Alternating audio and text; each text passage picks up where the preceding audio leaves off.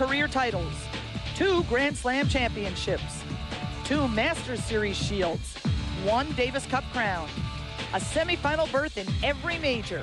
This is the continuing legacy of Australia's Patrick Rafter, who at the age of 28 is considering retirement from the game. Should he decide to exit stage left, Rafter leaves an impressive resume from a country rich in tennis tradition. The Rafter Farewell Tour is headed your way.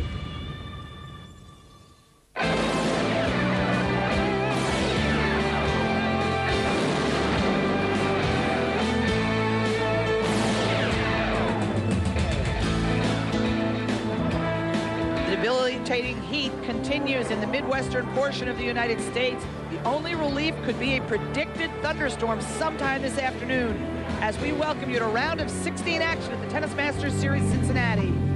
Our featured matchup, the number 8 seed Patrick Rafter. Will this be his last appearance in Cincinnati before retirement? He will take on the American wildcard James Blake. Hi everybody, I'm Cindy Schmerler alongside Jimmy Arias. And Jimmy, now we head into crunch time. 16 players left. This is a Masters Series event. Having said that, a lot of seeds already have been knocked out, but Tim Henman, last year's runner-up, is still around against Nicholas Kiefer. Patrick Rafter has looked very strong, and his draw has opened up. He plays a wild card. Guillermo Cañas has upset Marat Safin. He tries to keep it going against Jan-Michael Gamble. And Gustavo Kiert, number 1 seed, number 1 in the world, against Goran Ivanisevic, a man who won Wimbledon just a couple weeks ago, hasn't lost since. Over on the grandstand court, the qualifier Stefan Kubek has already fallen to Greg Ruzetsky, 6-3, 6-3. So Ruzetsky marches on. He will face the winner of either Rafter and Blake. Leighton Hewitt taking on Max Mirny. Alberto Martin, he's the man who knocked off Pete Sampras yesterday, taking on number 6 Yevgeny Kafelnikov. Ivan Lubicic, a qualifier who played very well last week, beating Agassi, is into the 3rd round against Hisham Arazi. Yesterday, 2nd round, we saw the seeds drop all again. This was Greg Ruzetsky taking on Gaston Gaudio. Remember, Gaudio had knocked out Andre Agassi. Ruzetsky came out, double faulted the first 2 points, including a foot fault on the first point of the match, but his serve picked up from there. Well, whole first set, no service breaks. Whole second set, no service breaks either in the entire match. And the only difference was once the tie break started, Ruzetsky was dominant, even winning the baseline rallies. In the end, Ruzetsky had 17 aces, some of them in that tiebreak. Last night, Pete Sampras, what a struggle he's had. He has not won a tournament since Wimbledon 2000, and now he's losing to the likes of Alberto Martin. Martin, a clay court player in the past, is not even one of the best clay court players, just a solid clay courter, and now on hard court, he's able to beat Pete Sampras in straight sets. Actually a routine match, 6-4, 6-4. Sampras only had a couple of break points, and they were in the first game. So Sampras has fallen on serious hard times. Sampras at number 9 was the lowest seeding he'd had since 80 at the US Open. And he didn't even make his seeding. Now this is Guillermo Cañas taking on Michael Chang. And Michael Chang, for a moment, looked like the man who reached 4 finals here, winning 2 of them. It was a tremendous first 2 sets.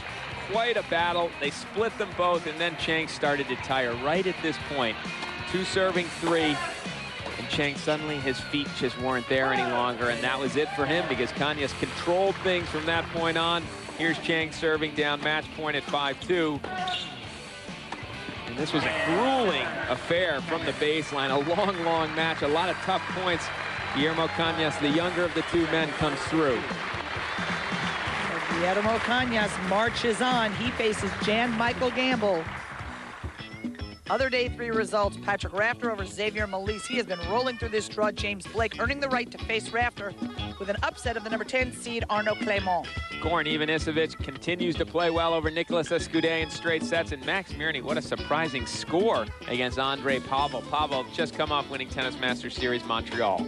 Yevgeny Kafelnikov, he's talked briefly and sporadically about retirement at the end of this year. Not if he continues to beat players the likes of Santoro, losing just 5 games. Tim Henman over young Tyke Lee in straight sets. Henman a runner-up last year. Nicholas Kiefer beating Todd Martin, playing well, Kiefer. And Jan-Michael Gamble has done tremendously well on hard court this year. Big upset. Hisham Arazi knocking out the number 4 seed Juan Carlos Ferrero of Spain. That was a blistering match late in the afternoon that wore on and on and on. And Leighton Hewitt over Bodan Ularok, a 3-setter there. Hewitt continues to play fairly well. He's been so consistent all year. #1 seed Gustavo Kirten at the top of the draw needed 2 tie breaks to take out Tommy Haas. No breaks of serve in that match either. And Stefan Kubek, a qualifier, a couple of qualifiers making it through to the 3rd round. He beat Sheng Xiaoqin in straight sets. There are 16 players left in this Tennis Masters Series event. We began 4 days ago with 64. By the end of today, there will be just 8. It's Rafter and James Blake coming up next.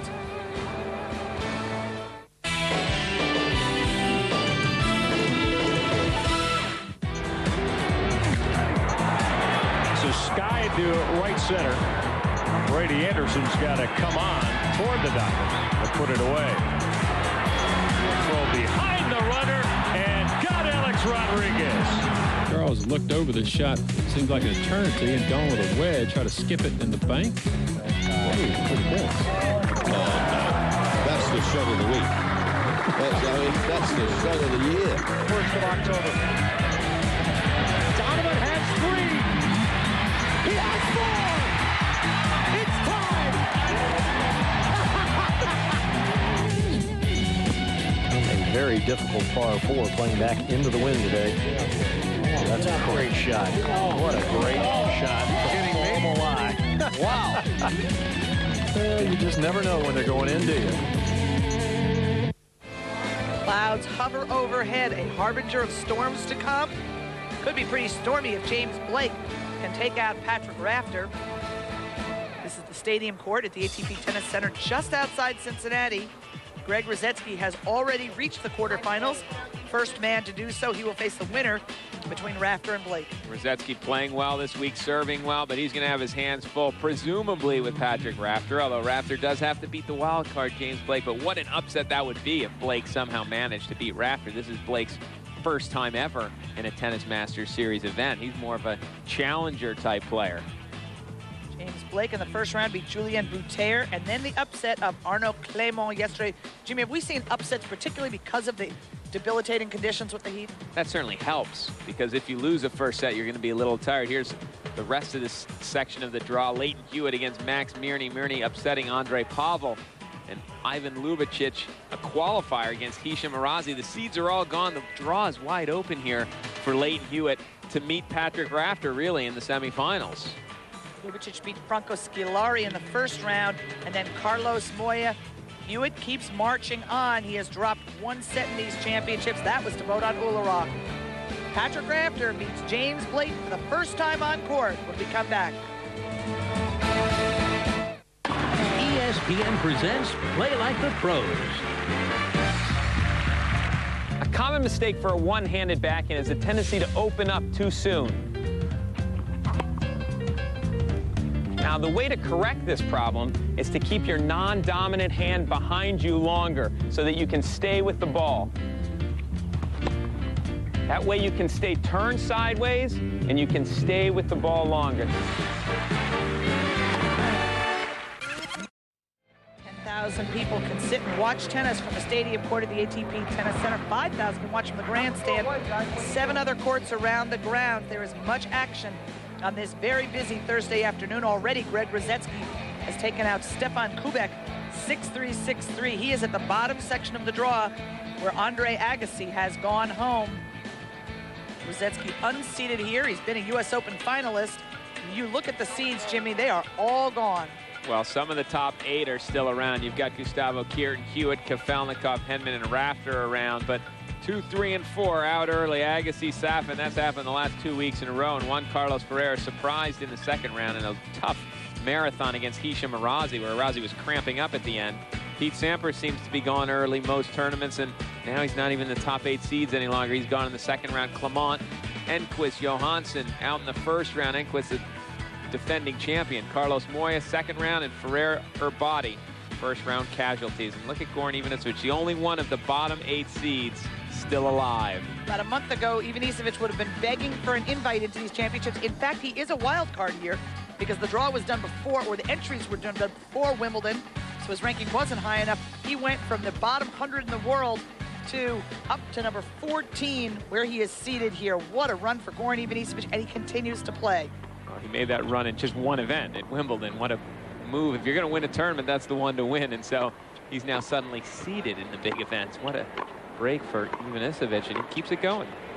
Funny, this man right here would have liked to have won Wimbledon too. He said that was the one that destroyed him so far this year. He's frustrated. As great a year as he's having, he hasn't won an event. Semifinals of the Australian Open, runner-up at Wimbledon, runner-up last week in Montreal to Andre Pavel. He needs to win them. That's what he says in his own mind. Absolutely, and he's beautifully situated to at least make the semifinals here with the way the draw has opened up for him. The seeds are gone from his section. He's in the third round playing James Blake. James Blake is in uncharted territory for him this far along in a big event. But Patrick Rafter, 28 years old, he's been in these type of matches for a number of years now. He currently lives in Bermuda, but he'll be right back in Australia once he retires at the end of the year, if he presumably does retire. He has confirmed over and over again this week that at the very least he will take 6 months off. People can't believe that given these results, semis at the Australian, Miami, Hull, finalist at Wimbledon and Montreal, that he wouldn't reconsider. And all along, Jimmy, he has said, at the very least, I'll take 6 months off, then I'll see how I feel. I frankly would be a little surprised if he came back after that 6-month hiatus. So would I. I think he's probably done. You can see his record, 35-12. It's a great way to go out if you're going to go out near the top your last year. Why not? He's had enough of the traveling. I'd like to see him win a couple of more big events, but this man will hope that he doesn't win this event in Cincinnati. James Blake, he's only 21 years old, from Fairfield, Connecticut, although he's practicing out of Tampa now. Currently 136th place on the Champions race. He's just been a pro for a little while. You can see the prize money not quite up to Rafter's level yet, only $211,000. I think that's what Rafter made last week. He was a semifinalist in Newport. He lost to Martin Lee, 7-6 in the third, 7-5 in the tiebreak. Beat Vladimir Volchkov, Peter Vessels. First round, Los Angeles to Andre Agassi. Round of 16 in a challenger in Aptos, California. That challenger is famous because it's the one that Andre Agassi went and played when he dropped out of sight in tennis. But James Blake, what a story. He didn't even have the wild card here, Jimmy. Last Friday, 3 days before the start of the event, Richard Krajicek pulled out with that sore elbow. They called up James Blake and said, hey, kid, want to come play? He was already there, ready to play qualies. He was all set, and he said, well, you know, I guess it'd be better to get straight in, and straight in he got. And he's made the most of this wild card, winning 2 matches. Fergus Murphy in the chair. A big win, really, for him in the second round, Arnaud Clément, the biggest win of his career so far. There's Tony Roach, Patrick Rafter's coach. What a wonderful team they have made over the last several years as Davis Cup captain and pupil. And there is Patrick's brother, Peter, excuse me, there are 9 of them. So you get them confused every once in a while. Especially when they're wearing hat, shades, and everything else. There's Laura Feltham, Patrick's longtime girlfriend.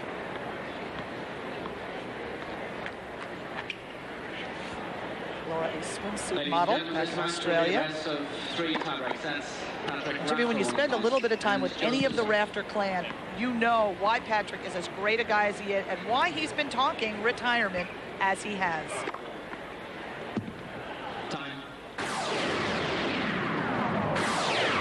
I said that I will most probably retire. I never said I'd definitely retire. It's something that I want to look at the end of the year. The tour is tough. It's a great tour, but it's a very long and very tough one. And Davis Cup makes it long. There's so many tournaments we have to play now, and I want to be able to walk when I'm 40 years old. I don't want to have a hip replacement. I don't want to have all these things. So, and that's another thing I'm looking forward to. I'm not looking at things right now. A lot of people don't understand that. But I know, hearing what Edberg said when he stopped, he said, I want to be able to walk and do fun things when I'm 40 years old. And that's exactly what I want to do. I mean, it all began for Rafter when he had that shoulder surgery. He was laid up for several months, went home to Australia, and you know what? He had a great time. That was the problem. He had too much fun. He realized, boy, I've been missing a great time, although I don't know if it's a great time forever, the rest of his life, if he can handle that as much.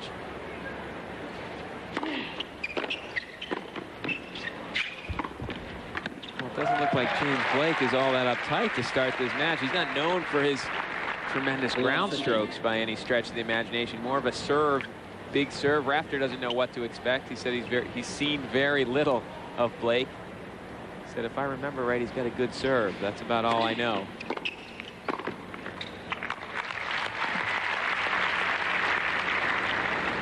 15. Blake had a tremendous last year of college. As you see, Rafter has made his career so great, that serve and volley. 41-4 record. Well, to be fair, though, he 15, wasn't 30. playing the likes of the big schools. He was playing for Harvard in the Ivy League. He was playing the likes of Cornell and Yeah, it's not the quite University of Pennsylvania. bunny schools. Is that what you're saying?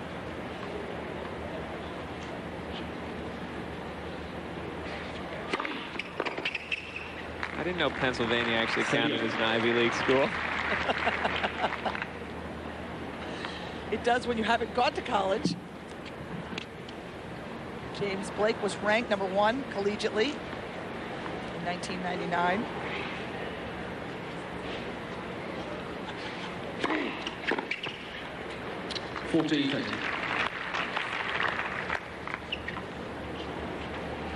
Last year, James Blake played World Team Tennis for the first time. He was named Rookie of the Year. Played for the Hartford Fox Force.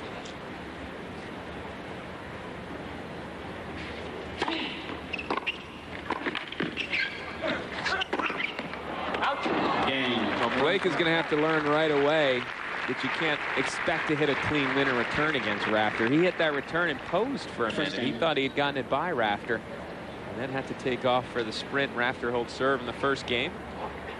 Now we'll see what Blake serves if it gives Rafter any trouble.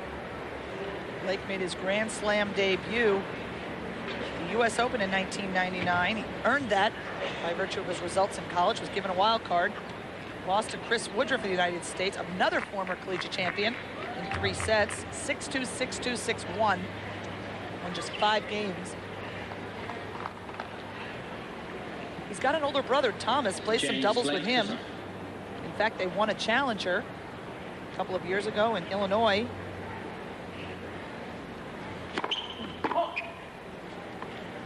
Blake's seen plenty of Rafter. In fact, Blake was the practice partner for the United States against Australia in the Davis Cup.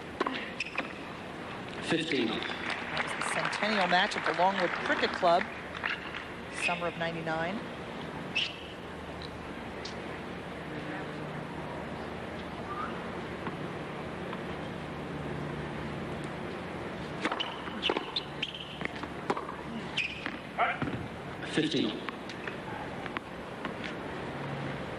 Blake was runner-up at the NCAA Collegiate Championships in 1999. Lost in 3 sets to Jeff Morrison of the University of Florida. Morrison was here this week. He qualified.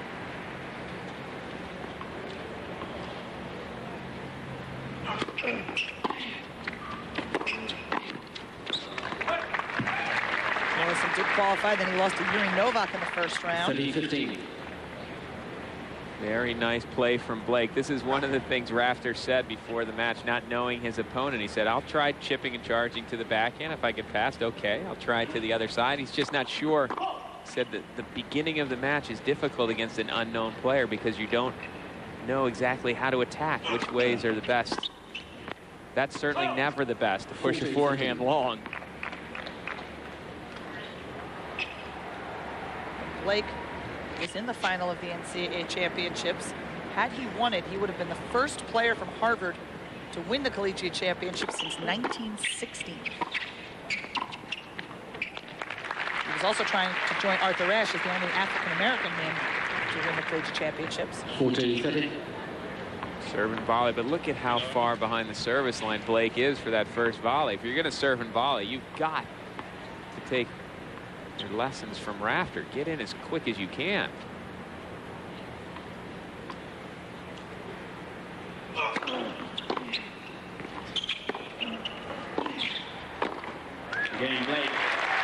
Sweet volley, very aggressively played. Blake playing without fear. 1 game. Jimmy, what a marker in your career to be able to say, hey, I played Patrick Rafter in his last year, and then maybe to say I beat Patrick Rafter. That's what would be the real marker for him. Blake's getting to that ranking level. He's getting close to the top 100 in the world. Pretty soon he's starting We'll start being able to get into a few more events, bigger events. So tough in men's tennis now when you have to make your points from the challengers. There's a lot of good players in those challengers. Let's first off. And the points just aren't there. Blake was a fine junior in the United States, runner-up at the USTA Boys 18 Championships. Lost to a kid from Florida named Rudy Raquet. He was supposed to be the next great American, and I don't know, he's fallen off the face of the earth. Yeah, he won the Orange Bowl. Usually that type of player continues to do well. You'll at least hear from him again.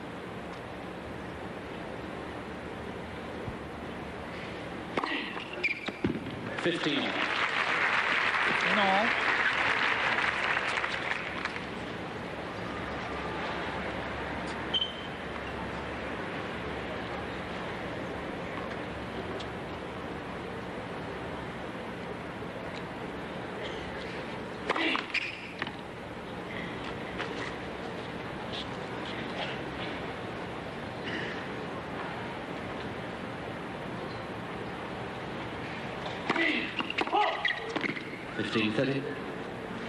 Rafter started off not sharp. Just missed a couple of drop volleys. Now double fault. Blake's got a little opportunity here in the early part of this match. Very important for him to perhaps get up a break of serve. 30.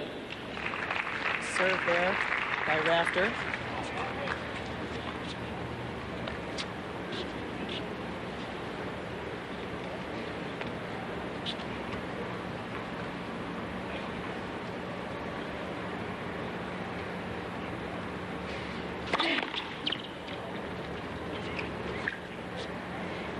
Rafter's talking retirement is that it is so physically grueling on his body. He's a workhorse. He's not somebody for whom tennis comes easily. No, he's a very physical player, Patrick Rafter. He wins because of his athletic ability, but he has to work so hard. He's sprinting to the net on every point, behind every serve, and he's making hard cuts, quick moves. And that takes its toll on a body over time. Blake's had a couple opportunities he hasn't capitalized on. Rafter's serve doesn't seem to have much on it. Remember, Rafter is susceptible to the heat. There you see Leighton Hewitt, Rafter's countryman, in all kinds of trouble against Max Mirny over on the grandstand. Look at that. Inside-out pass return. Remember, Rafter, 2 key matches in the last 8 months, he cramped. And there were different cramping reasons. Everybody assumes that when he cramped against Juan Carlos Ferrer at the Davis Cup, when he cramped against Agassi at the Australian Open, it was loss of fluid. He was tested. Dozens and dozens of tests on him to find out why that kept happening.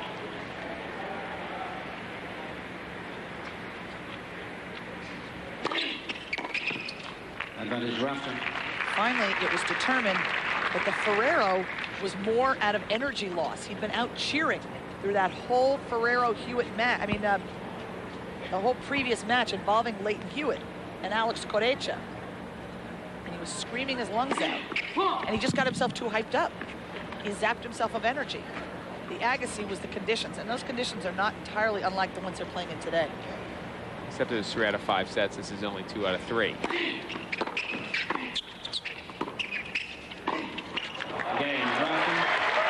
Beautiful top spin lob.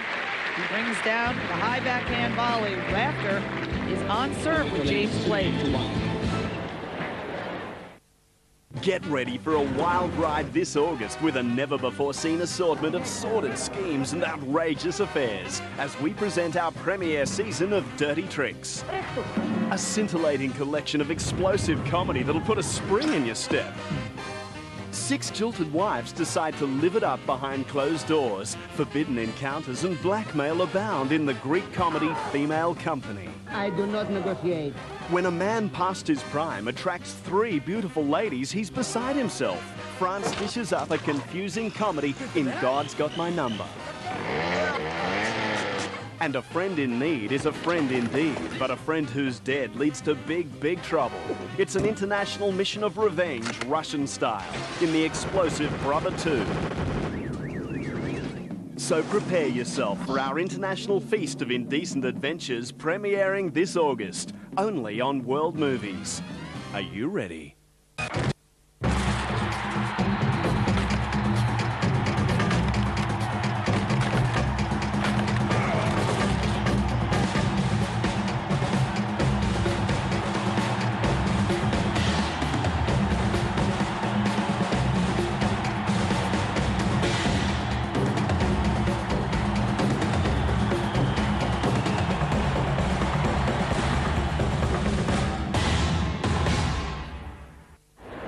Serve first set, Stadium Court. Tennis Masters Series Cincinnati, James Blake serving to Patrick Rafter.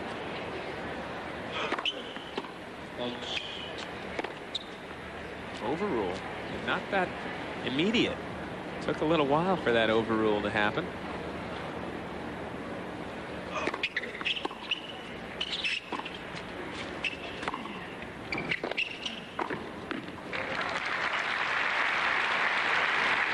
Blake learned to play tennis at through the Harlem Junior Tennis League.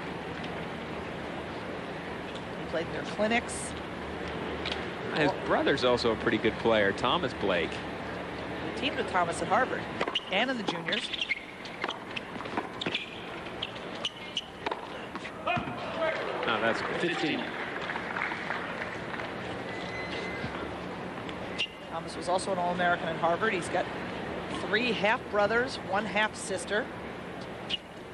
His dad, Thomas, is a salesman.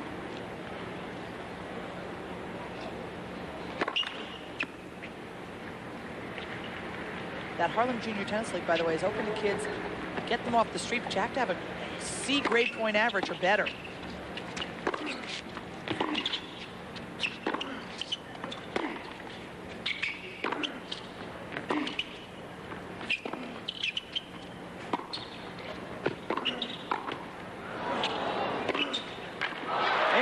Up the line. The whole point of that program, Jimmy, is to keep kids academically motivated. That's, they say you have to have academic credentials, so I guess you couldn't get in. Well, I kept a C average, so I could have gotten in.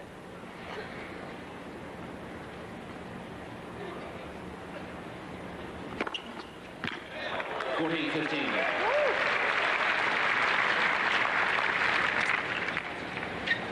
40-15.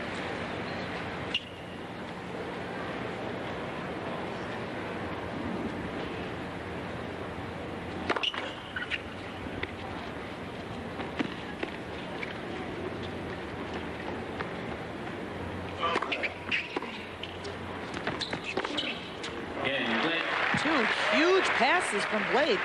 I'm impressed with Blake's ground strokes. He's actually got a very nice all-around game. The only thing I've seen that might cause him a little trouble in this match is every once in a while he hits a slice backhand that's so short it's almost begging Rafter to come in, and that's exactly where Rafter wants to be. Don't want to give Rafter any extra motivation to get to the net. That's where he's the most dangerous. Yeah, but he was there on the last 2 points and Blake passed him. I just don't see him doing it all match long. And that's Rafter's strategy. He knows he'll get past a few times.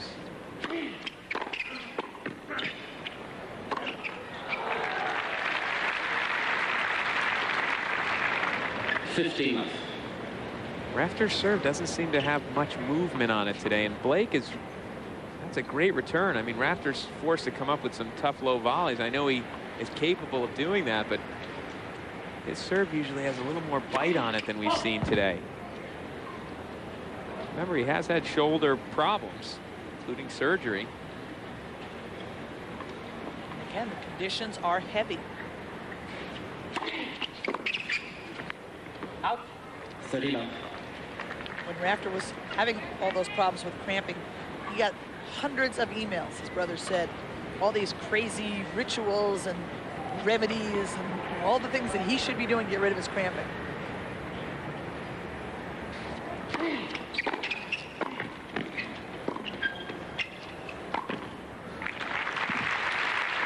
strange in some respects that it would suddenly start happening to him. Normally a person that cramps has cramped throughout their career.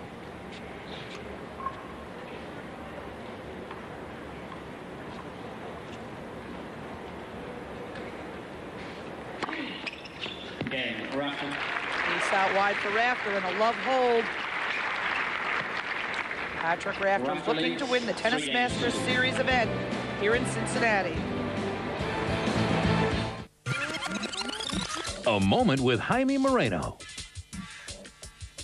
Yo creo que tuvo mucha suerte llegar al fútbol profesional porque The truth is that I was lucky to get to professional football because I was only 17 when I arrived at the national team and won my first Copa America.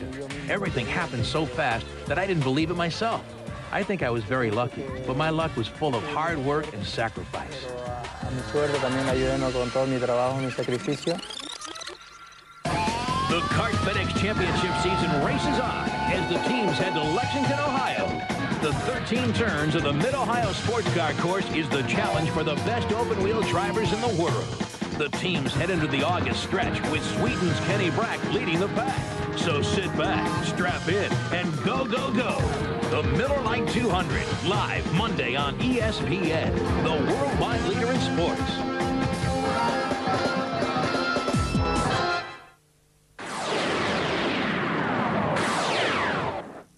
Hardest to really improve my backhand. I felt like in college and in juniors that was a particular weakness for me, and I've tried to make strides to make it at least not a weakness. It's definitely not my strength yet, but I'm just trying to make it so it's good enough to compete out here on tour, and I feel like it's getting there, and hopefully it'll keep improving. I'm going to keep working on it.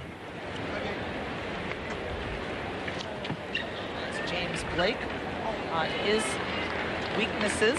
Well, hopefully Rafter didn't see that interview, so he doesn't know to keep attacking the backhand side. He has come to net a couple times to his forehand. Blake has passed him well with his forehand.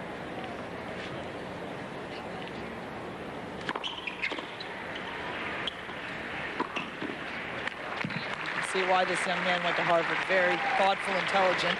15. We'll all be working for him someday. Says his role model was Arthur Ashe. He met Arthur. And Ashe spoke to the Harlem Junior Tennis Program when he was a student. 30 love. He listened to his role model, quote, because of his personality and his activities off the court. I use him as an inspiration. Couldn't have a better role model, could you? Well, he does have that same demeanor on the court as Ashe, at least so far. Very quiet, thoughtful when he's out there.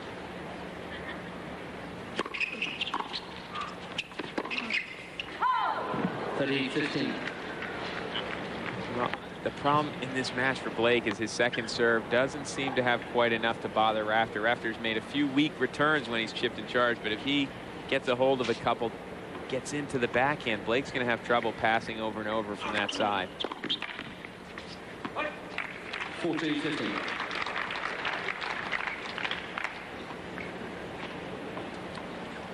Blake began the year runner-up at a challenger event in Hawaii. Lost there to Andy Roddick. What happened to him?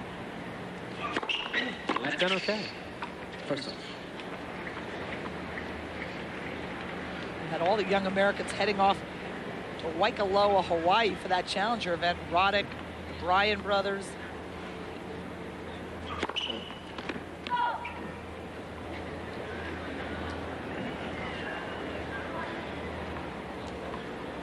Same lines person all week, giving the fits to the players. 14-30. Blake saying he pulled up, but that's 2 times in a row now. He hasn't been too solid on the backhand pass on second serve. He's got to figure out a strategy to combat that chip and charge. One thing, he might want to think about serving and volleying himself on second serve.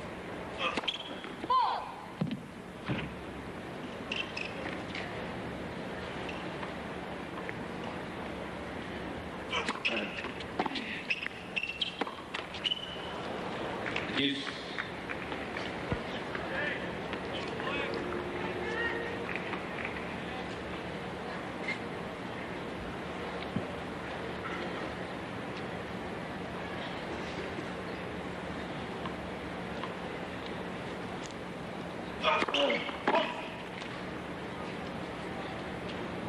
He's lost all 3 points where he's missed his first serve in this game. And that's what happens. The player's attacking you and attacking you. You go for a little more in the second serve, a little deeper, causes the double fault. He's got to realize there's ways to combat that chip and charge tactic. One of them is serve out wide on the second serve. So the Rafter has to come in from an angle. You've got a nice angle to pass with. The other is get your first serve in. That's the first key, which he just did there.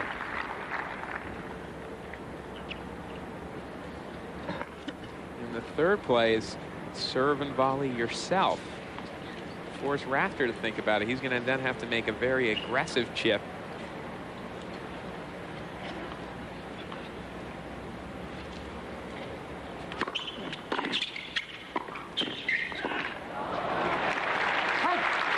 Behind him. All over on the stadium. Max Mirny at 4-1. Leighton Hewitt. The Aussies are struggling right now. Rafter and Hewitt played doubles together last week. They lost to the Bryan brothers. An ace from Blake out wide, so he held. Saves a break point. 3 games left.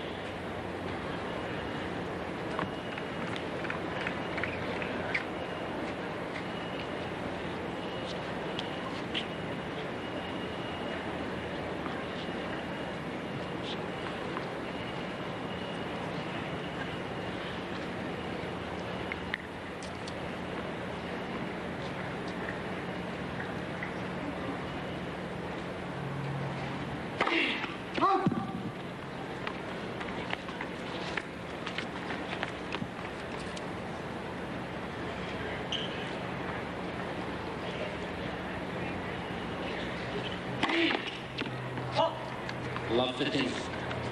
After now with a double fault.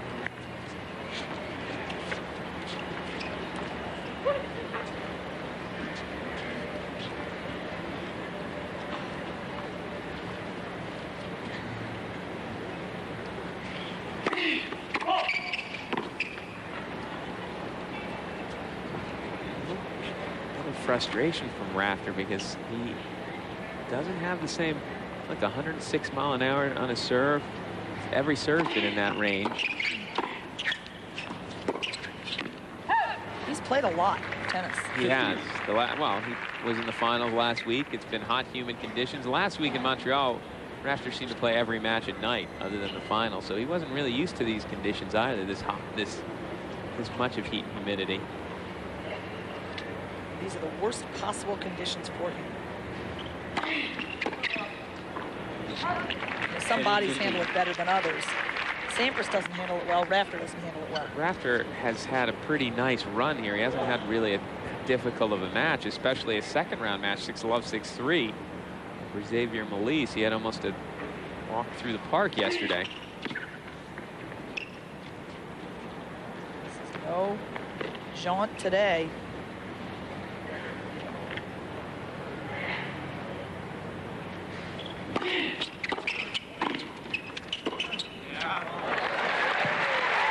One of the few good backhand passing shots we've seen from Blake. We've seen some nice forehands. He's hit some good returns. He finally stayed down and threw that backhand. But you can see Rafter starting to pick up on that. He's picking on the backhand side almost too much. Blake will start waiting over there. He may have doubt in his mind on where Rafter's going.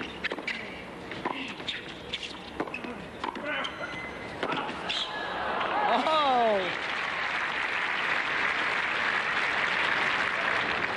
14-30. But again, the backhand pass just not quite strong enough. This is right at Rafter's racket. Rafter didn't do as much with that volley as he normally does, and give Blake credit. He made a good move to get there and try to pull across court.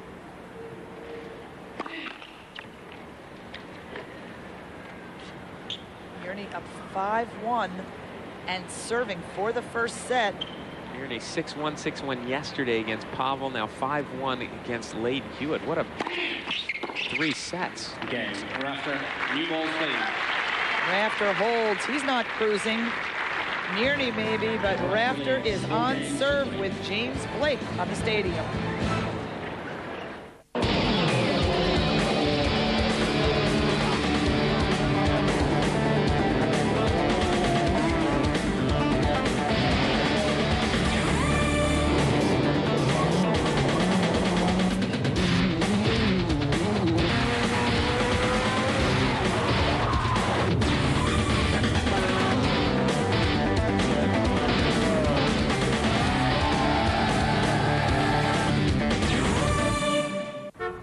Having trouble getting up in the morning?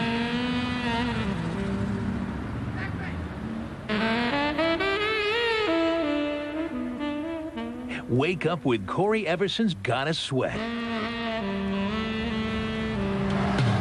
Then get the blood flowing with Body Shaping. And finish off with Kiana's Flex Appeal, Tuesdays through Fridays on ESPN.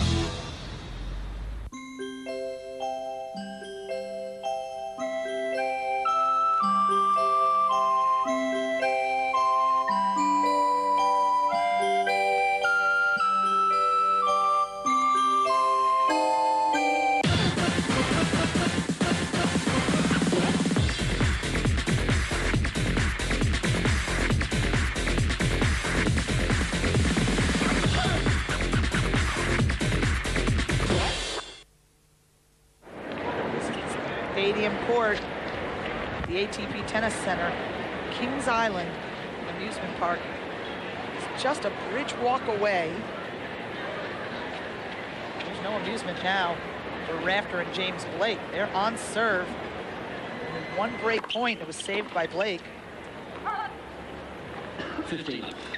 Rafter has not really found the rhythm yet on his return to serve. He's not doing a very commendable job of returning first serves, but the last game he got to Blake with his second serve return. That's a lazy looking return from Rafter.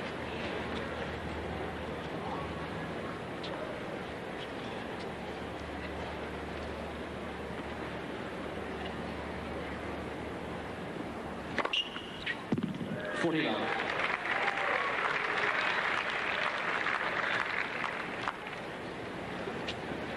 Love, fourth ace for Blake. He's out acing Patrick Rafter. Oh, Rafter's serve has not had the normal bite.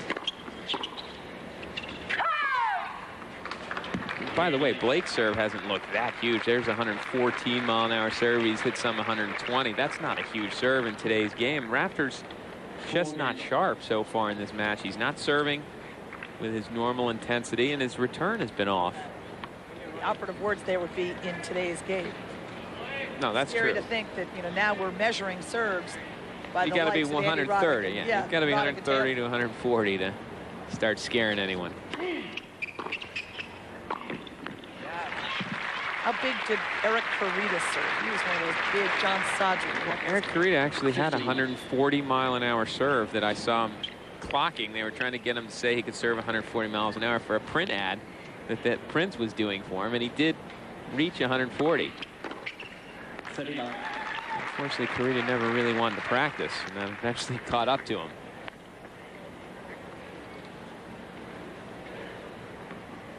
This man says that's the reason he won't be here in his 30s, is that he has to practice. And that's, Jimmy, another aspect of Rafter's decision. He said, I can't go away for 6 months, then suddenly reappear as if I've never left.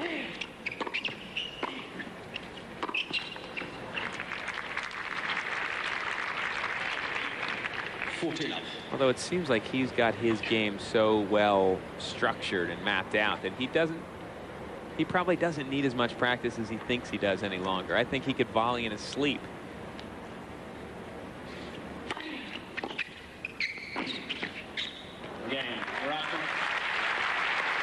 Rafter with a love hold, his second of the match. He is up 5-4. Blake is serving to stay in this first set.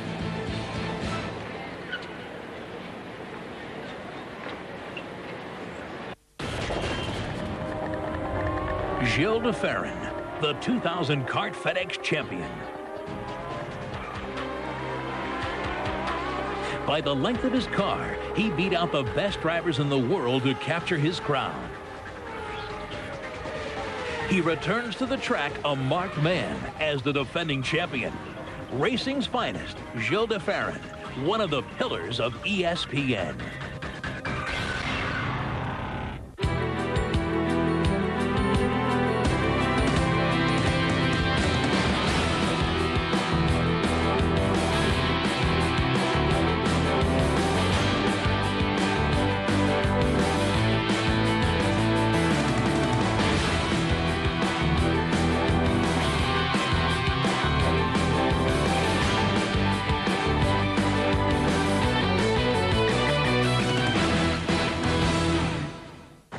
Gentlemen, start your engine.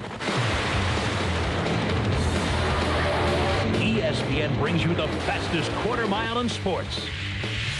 NHRA drag racing. Feel the power as high-octane land rockets risk everything for speed.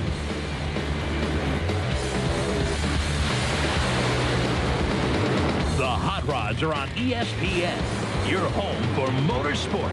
Rafter says, though, it's a surprise to play Blake, and he doesn't know a whole lot about him. Every match he's played this week has been a little like that. First-time matches, although Blake more of an unknown than Portes and Xavier Malisse, who he played the first two matches. Look at that. Max Mirny 6-1 over Leighton Hewitt in the first set.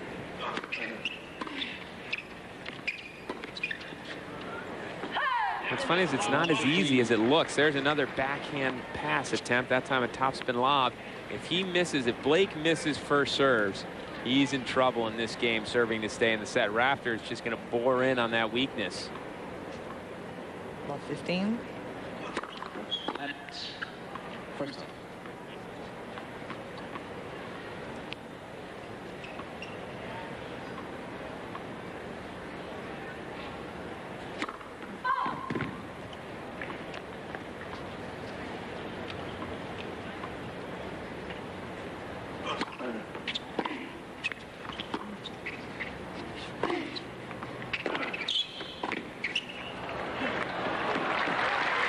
Now an opening.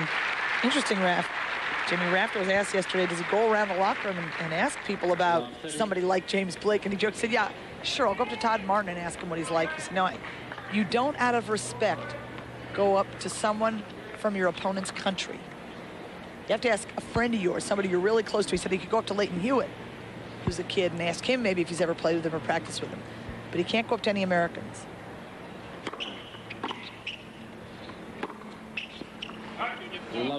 No, that's about right. It seems like the countries are little cliques. They all hang together. And yeah, because you really not going to betray with Courier and Agassi.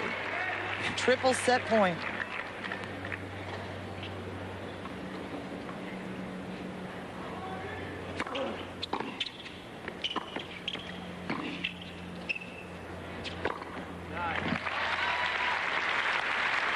Blake's going to have to think about a little bit more serve and volley 15-14. just to keep Rafter away from the net. He doesn't want to have to face backhand passing shots when the pressure is on. That's, as he admitted, his weakness is backhand. Blake faced a break point in the 6th game, saved it, and then served an ace to hold.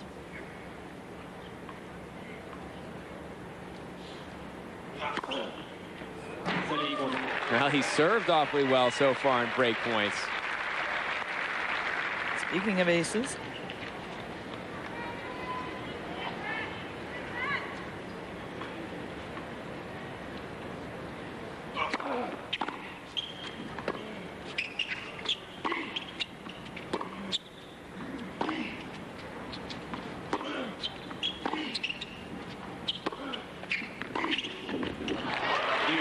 tentative point from Rafter. He had a short ball that he could have come to net on, and he chose to stay back and get in a rally, and then he hit a couple of short balls. Speaking of Todd Martin, there he is watching James Blake. With a couple of kids on either side, you gotta love that about Todd Martin.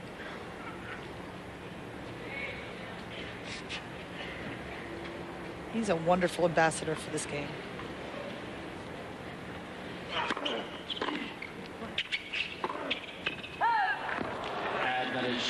Break opportunity and set point.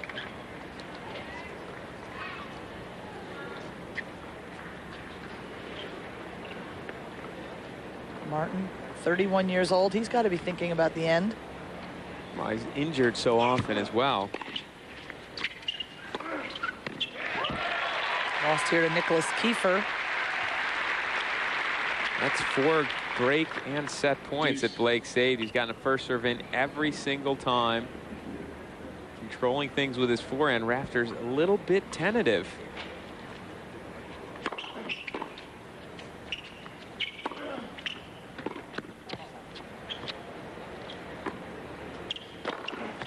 It's almost like Rafter doesn't respect Blake enough. He thinks all I got to do is get it back in play. That's not good enough.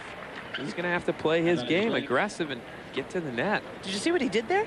He threw up that lob, literally turned his back on it, started to walk away, and then suddenly said, well, maybe I can make some effort.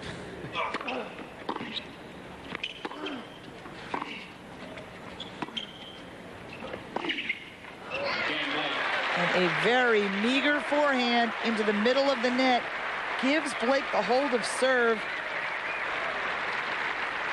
In the tan shirt, Brian Barker, Blake's personal coach. They've been together a long time.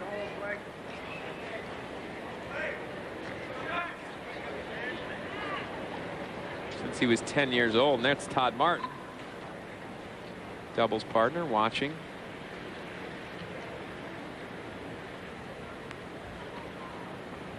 Todd's got a dinosaur on his shirt. Is that implying that he's a dinosaur in this game? He's not there yet. He's younger than you. 15. Todd always reminds me of, you know, Ward Cleaver or Father Knows Best. Expect him to walk through with a suit and a briefcase. Even when he was 21, that's a...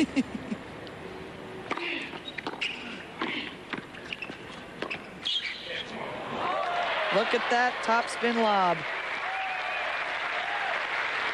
Don't often see Rafter frozen up at the net where he isn't able to make a move. This is one of the few times you'll see it. He didn't see this coming, just couldn't make a move back for it.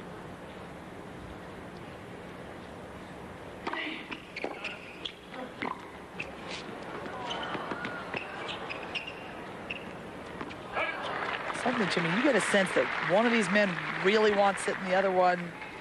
Without a doubt, you can see the difference in the intensity, and Blake's the one that really wants it. And believes it a little bit right now. I think he just really hopes. I don't think he believes yet. 14-15. Rafter has held serve with ease, and Blake struggled. Blake has an area where Rafter can attack, and that is on second serves. He can keep attacking that backhand. That eventually should take its toll on Blake. Rafter's dropped 8 points on serve. Rafter said last week in Montreal, his first couple rounds, he wasn't that interested.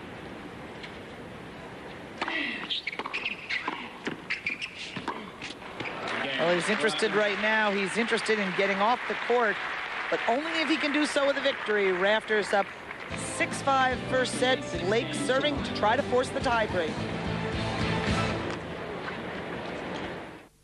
The characters are real. You got something important to say, I can tell. The story is true. This guy is the ultimate insider. He's got something to say. He wants to say it. I want it on 60 Minutes. The facts are shocking. The key witness in the biggest public health reform issue in U.S. history. Are we going to air it? Of course not. Because the more truth he tells, the worse it gets. Russell Crowe. It screwed me. It sold me out. Is the insider. Premiering 8:30 Sunday. If you smell what The Rock is cooking. My God, you can't measure this man's courage. The Rock's got the cover. You're looking at the next WWF champion. The Rock's returning to the WWF, the 13th SummerSlam, live on Main Event, Monday, August 20, 10 a.m. Call 1-300-300-666 and book now. By the end of today, we will be down to the Sweet 8 at the Tennis Masters Series Cincinnati. Another round of 16. Jan Michael Gamble from the United States taking on Guillermo Cañas of Argentina. Cañas has had a wonderful run, beaten Michael Chang last night in 2 hours and 21 minutes, 6-2 in the third set. Gamble has not yet dropped a set. Check your local listings for times in your area. James Blake serving, trying to force a tiebreak.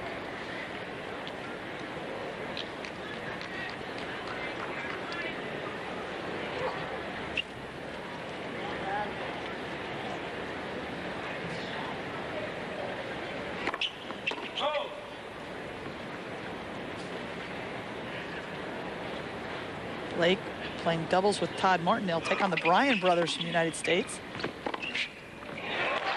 4 Americans. Bryan brothers trying to grab the Davis Cup doubles spot.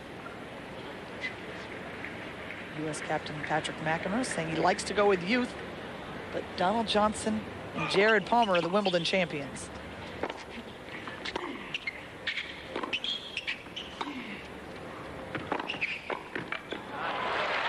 He's such an octopus.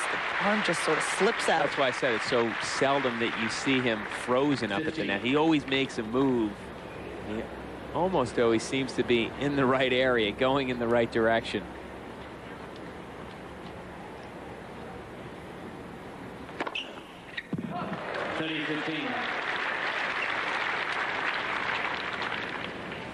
.121-mile-an-hour serve for Blake. As I said, not bad, but not huge in today's game any longer, and Rafter shouldn't be having the amount of trouble he is.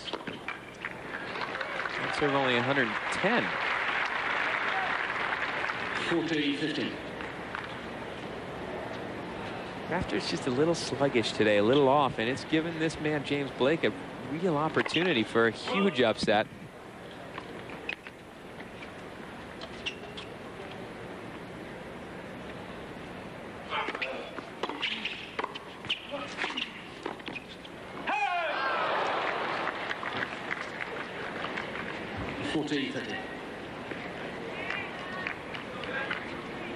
Blake has shown a fairly nice volley throughout this match until that one. Tried to go with the touch. He's hit nice, strong, attacking volleys.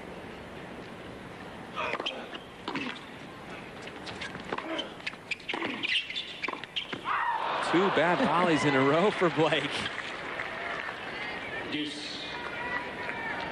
is the kind of match where you just don't see Blake being able to come through in the big points against Rafter, although I wouldn't have thought he could against Clement yesterday, and he did. I wouldn't have thought it would save 4 set points a couple of games ago. And here he is now, deuce second serve. I'd be shocked if Rafter doesn't chip and charge here to the backhand side. And I'm shocked. Stayed back and paid the price for staying back with a poor slice back, and he's made a lot of unforced errors for him today, Rafter. Point for the tiebreak. I think he's physically spent.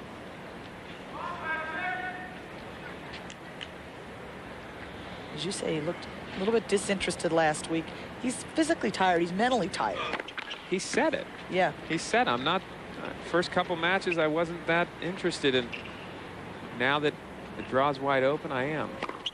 Yearning up a set and a break now.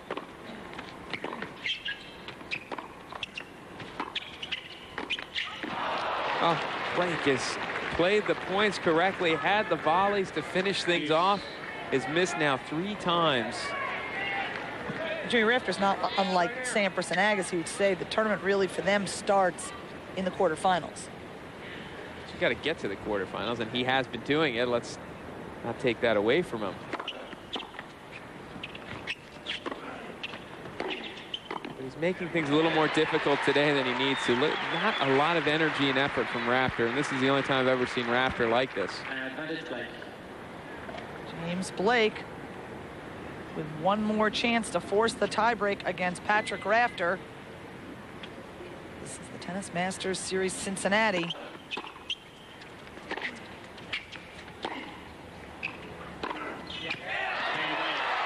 A forehand winner on the run by James Blake, and they are into the tiebreak.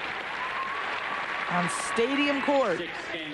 And there's a serious amount of difference between these two guys in intensity out here right now. Blake is fired up. Rafter is almost just going through the motions in some ways. He's not the Rafter we normally see, diving, running, scrapping for everything.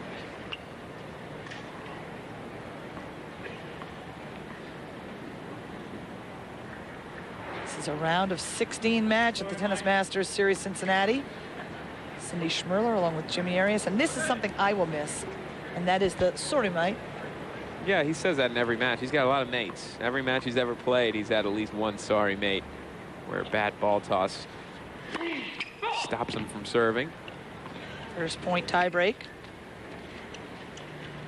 Well, he's as salty and as regular as anybody is on tour. 1-0, Blake. That's what endears Rafter to so many people. He doesn't hold back. He's not guarded. You know, Leighton Hewitt has his game face on all the time. Rafter, you could be sitting around having a Foster's with.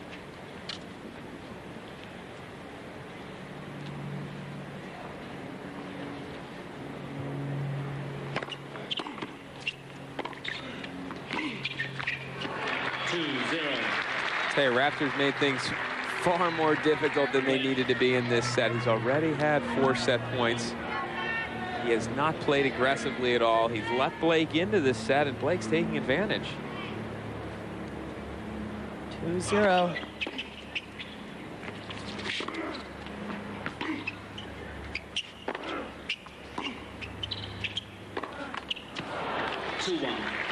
Blake.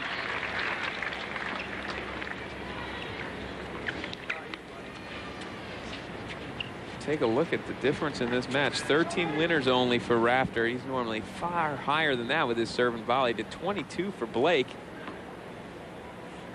7 errors to 12.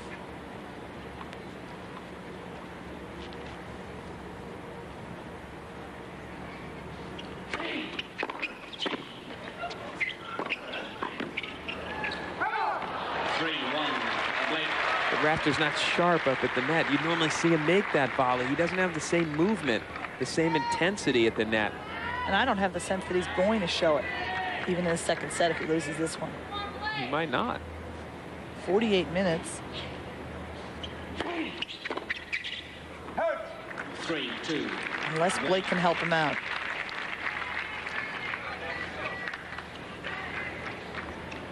Well, you would think the way the set went, Blake is the one who was under pressure on his own serve. Rafter was holding serve fairly comfortably. But it would be Rafter with the advantage in this tiebreak, but he's lost 2 points on his serve already.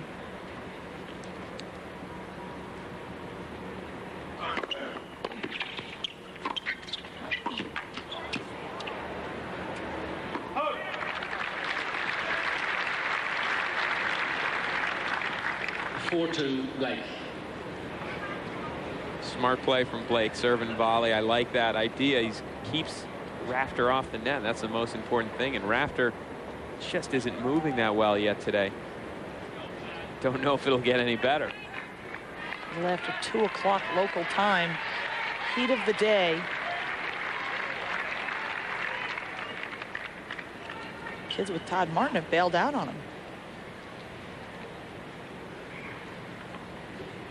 He started yelling at him, said, "Get out of here, kids, it's my box." No, never. That's not like Todd Martin.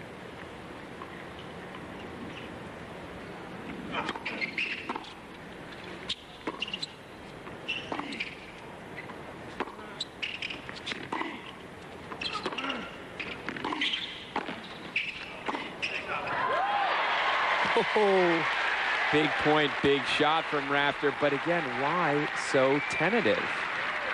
He's not hitting the ball with any sort of authority. He's letting Blake dictate play, and he had to come up with a good forehand hook around Blake.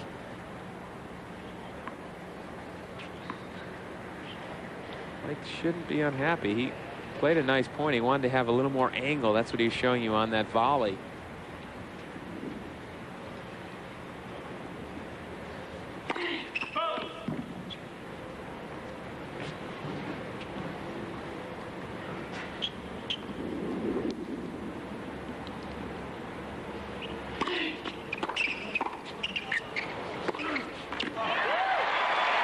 That's a big return off another slow serve, not a lot on it, and Blake punished him. 5-3, Blake. Don't want to serve right in that strike zone. A great volley from Rafter, but we're accustomed to seeing those type of pickups.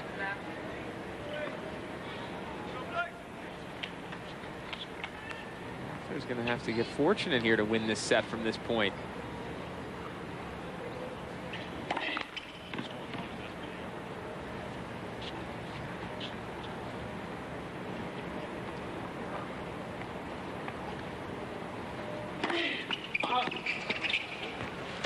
That was a little better. That was the first second serve that had a little something on it. You could see how much it jumped when Rafter's serving well. His kick serve really moves. Rafter again forced to have to win one of these 2 points on Blake's serve.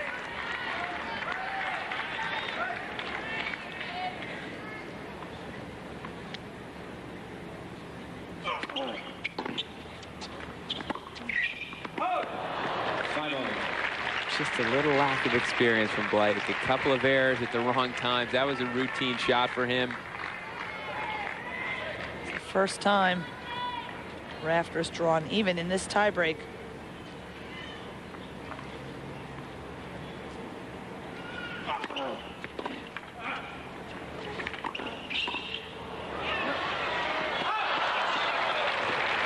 So lax. 6-5, Blake.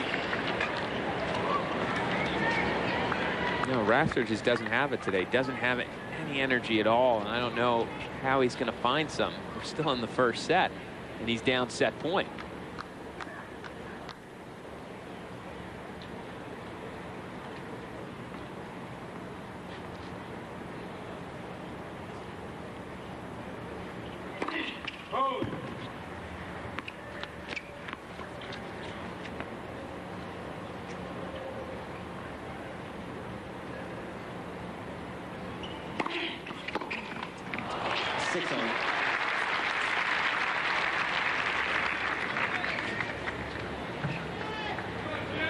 Rafter says major goals, winning the Davis Cup for Australia. He was on a squad that won it a couple of years ago, but he didn't play at the end. He was hurt. So he's got the miniature Davis Cup in his possession, but that's not what he wants. He wants to be a contributing member to a victorious squad for Australia.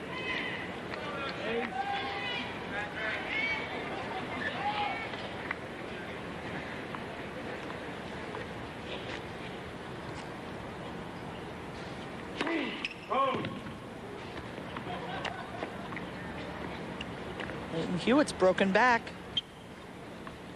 First chance he's had in this match. I just cannot believe the way Rafter. I've never seen Patrick Rafter play like this. I don't think I've ever seen him tag a ball out of the court. I don't think I have either. Now all we need is for him to yell out an audible obscenity. We've got Andre Agassi too. Well, that he might do. He has, as I said, a salty mouth. Safe, polite way to put it? Sure. He's down set point on Blake's serve now. And I like Blake's attitude. He says, I'm serving and volleying. I'm going to put some pressure. Don't know if he'll do it again, since now Rafter may be expecting it.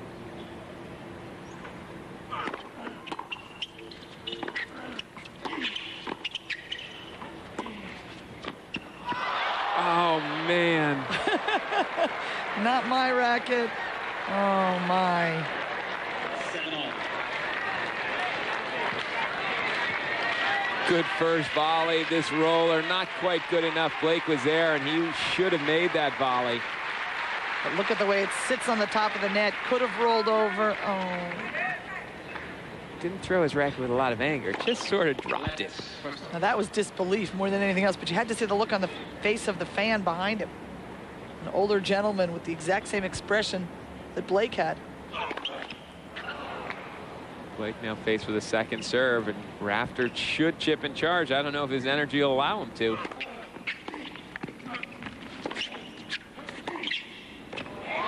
Doesn't, but he doesn't have to. Now a set point for Rafter. He started trying to come in. He didn't do enough of that return. He realized it, so he stayed back and came up with the forehand pass. He's made very few first serves in this tiebreak. So he says, all right, I've had enough of that one. I'm going to a new racket, see if this one serves better. Rafter had 4 set points about 20 minutes ago, and this is exactly the position he didn't want to be in. He said, get off the court quickly. That's the goal today.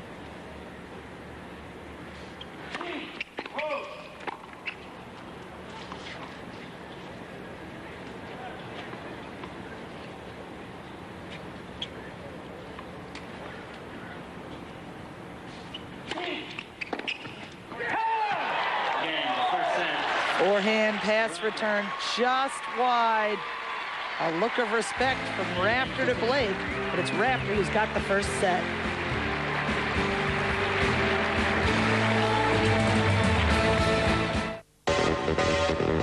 The world of great beats.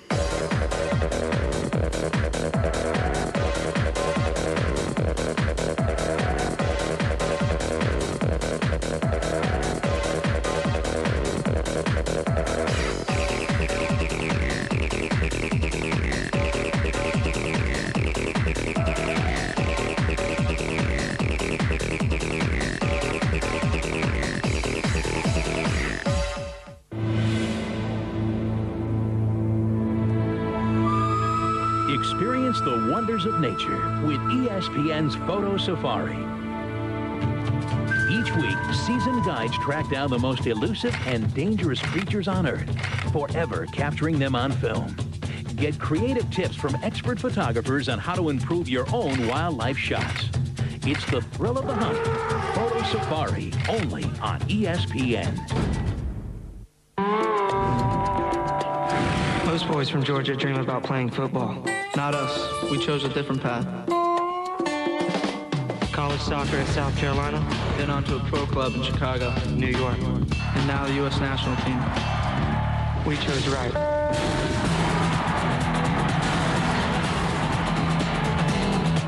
I'm Clint Mathis. I'm Josh Wolf. We believe in Major League Soccer.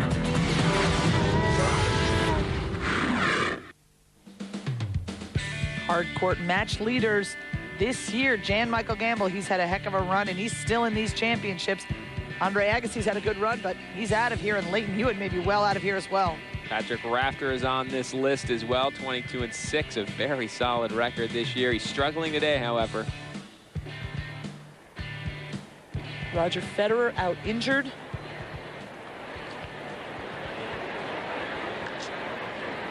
Several players missing in action. This late point in the season, Mark Philippoussis is out too. Question is, will he be back by the U.S. Open? Will he be back ever, really? He's struggled now with his knees.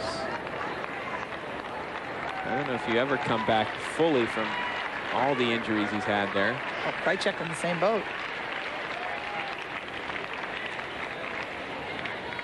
Second set, Blake Tussaud. First point, second set. Rafter won the first, 9-7 in the tiebreak.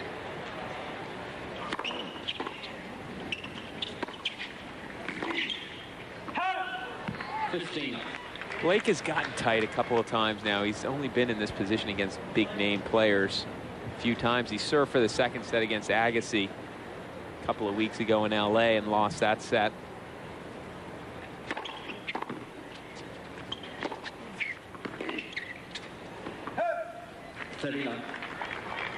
He got a little tight against Rafter. He really should have won the set from the point that he had gotten it to. Once he got in the tiebreak and was up set points, he led virtually the entire tiebreak long. 40. Big serve there, 40-love lead. 124, now we're talking. Now we're getting up into the big servers. Oh.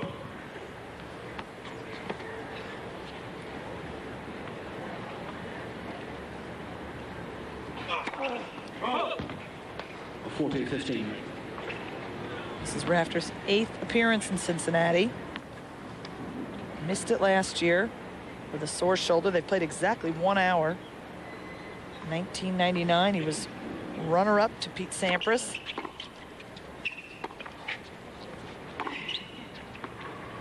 40-30. Right on the line.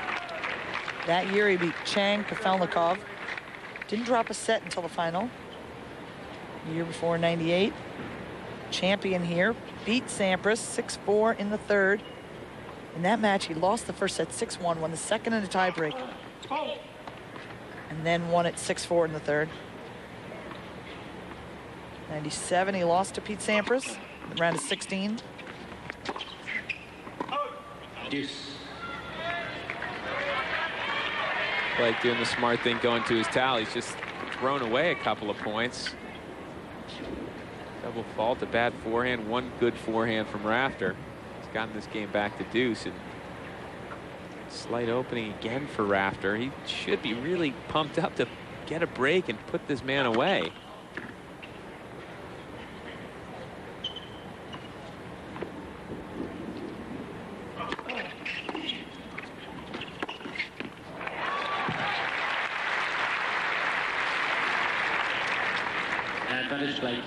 Just not enough on this chip.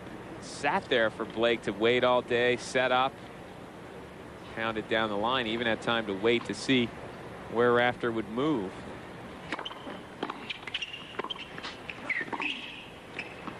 Game. Blake.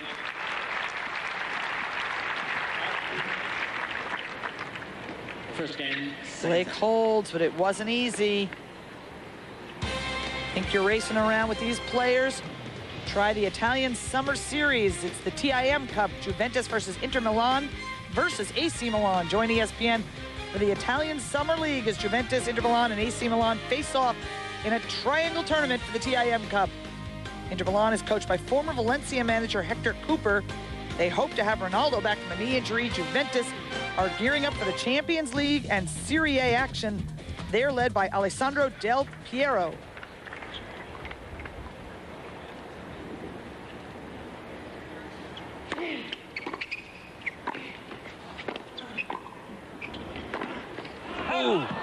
Blake on the run.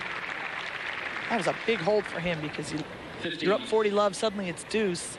He has not folded. No, he's had opportunities to fold. The only time was in the tiebreak and his volley that he missed on set point that climbed up the top of the tape, almost rolled over for him. Came back on his side.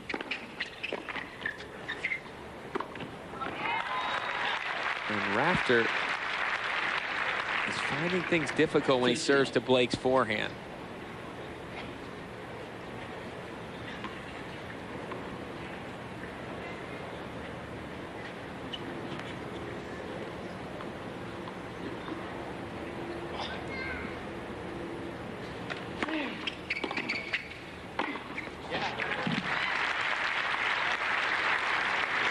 Problem is, Blake doesn't have much of an answer for this kick serve when Rafter gets it up there to the backhand. When he uses a little bit of effort, see the result. Easy high volley. Blake still struggles with that backhand up high.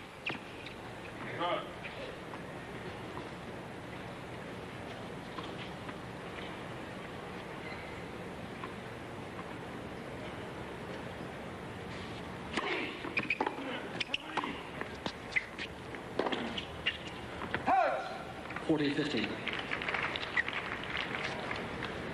40-15. Andre Agassi says of Rafter, you want a guy like that around. You want him working for you. You want him on the tour. You want him related to you. So the game will certainly miss him when he goes.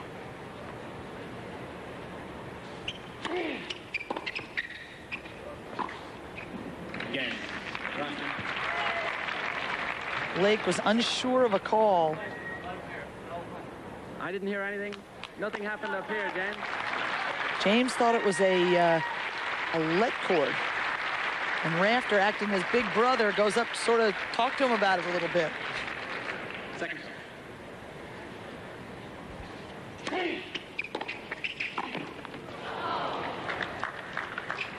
They replayed the point. I think Rafter gave him the let. That's unbelievable. I think Rafter heard it too and said, I heard it. Well, this is why Agassi says stuff like that about Rafter, as does everyone.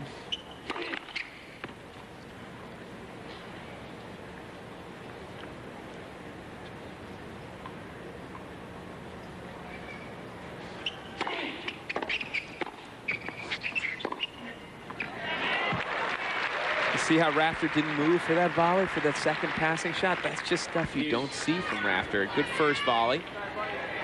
And now that ball one step away, really, one lunge away. And normally, Rafter's at least going to make that move. Very interesting development. He had the game, and suddenly now it's deuce.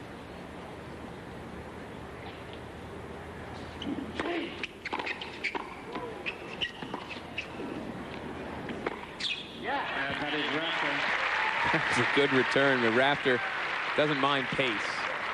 If you don't get it low or make him stretch, he's going to make that volley. Lara Feltham. Rafter says he won't get married while he's on the tour, but he fully expects to marry that woman.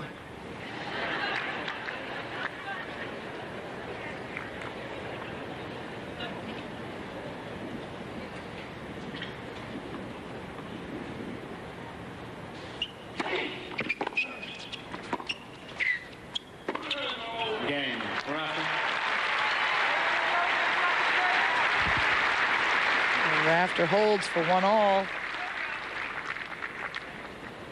One game.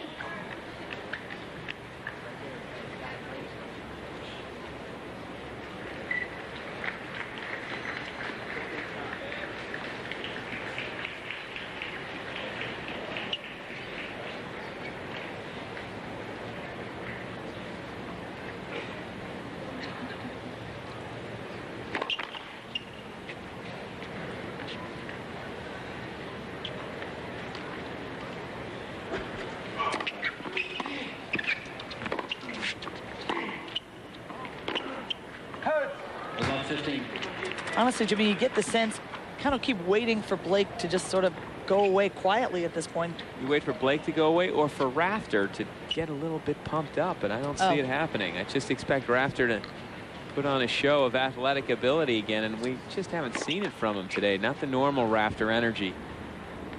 Maybe waiting for Rosetsky for that. Can't afford to, but maybe he is. Well, here it is, a couple of errors on his favorite side, on the forehand side from Blake, the first 2 points, but he's come back all match long on his own serve. He's been in trouble many service games. Speaking of comebacks, look who's come back. Hewitt just broke Mirny for the second set. He was down 6-1, 3-1.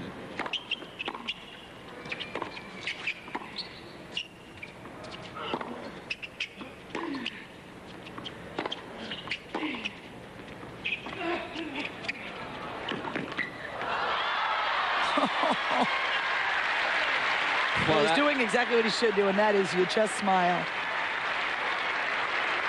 But that was the best I've seen Rafter move for a ball, the way he ran up for this drop shot. He ran up with a little bit of conviction, a little fire, and then got the break with the top of the net. As Blake would have been there to at least attempt a passing shot. That's a little you so-and-so look. Triple break point.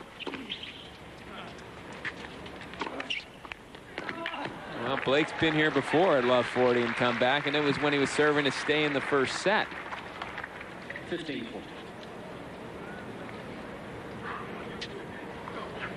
Look at this record so far, 0 for 6 Rafter. He hasn't faced a break point, and he hasn't converted on one of his many chances. Here's a second serve.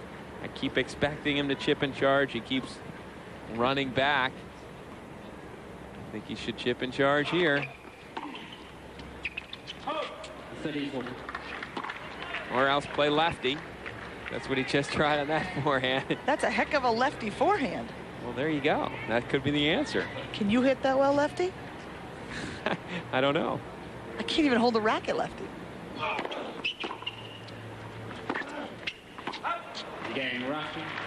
There's the gift from Blake. All wrapped up in Tiffany blue. Rafter has his first break of James Blake's serve. ESPN goes spanning the globe this August to bring you the world of sports. The thrills, spills, and unique athleticism of ESPN's exclusive X Games returns with X Game qualifying from Barcelona and Philadelphia. The Masters Series heads to Montreal and Cincinnati with the top players of the ATP competing in tournament action. The great football clubs of Italy compete in the Italian Summer Series. Taking the vast beauty and rugged competition with ESPN's outdoor games. The rough and tumble battle of the Scottish Premier League returns for the 2001-2002 season. The Major League Baseball pennant races head into the dog days of Oz. The glory and passion of Australia's national game is chronicled on ESPN's History of Cricket. The women of the LPGA hit the links for the State Farm Classic. The quest for the Scudetto is on again as a new Serie A season begins. Great action this August on ESPN. The Italian Summer Series on ESPN. Stars from the Serie A, Serie B, and more spend summer in Italy for top-notch preseason football. Tonight, Juventus, Inter, and AC Milan all compete in the triangular TIM Cup. The Senior PGA Tour continues. The great legends of golf travel around the world. Learn from the pros as they show off their best moves and compete for the chance at victory. First round of the 3M Championship Saturday on ESPN. Patrick Rafter had 6 opportunities to break James Blake's serve, and he waited until the 6th to do so. 1 break point in the 6th game of the first set. 4 break points in the 10th game. Those were set points. Couldn't capitalize, and now he's serving with new balls.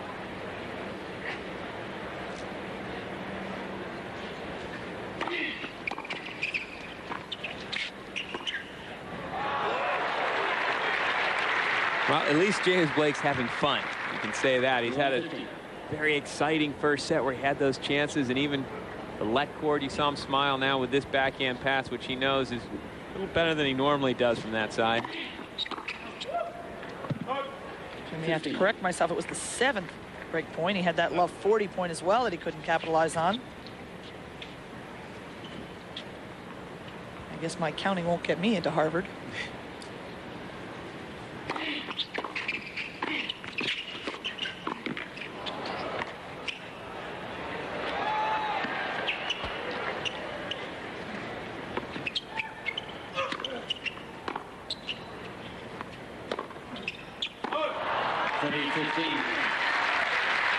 Blake really gave away his service game in the last game. He made a lot of forehand errors and now another error, and he's starting to become frustrated.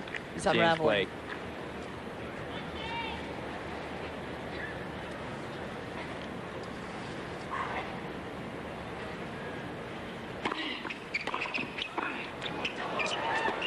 That's an unbelievable half volley from Rafter. He just doesn't have the energy you normally see from him, but still has these hands. Even from behind the service line, you see that normally he's inside the service line for his first volleys.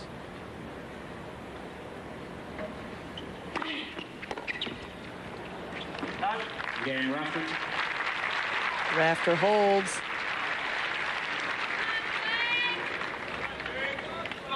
Rafter leads 3-1.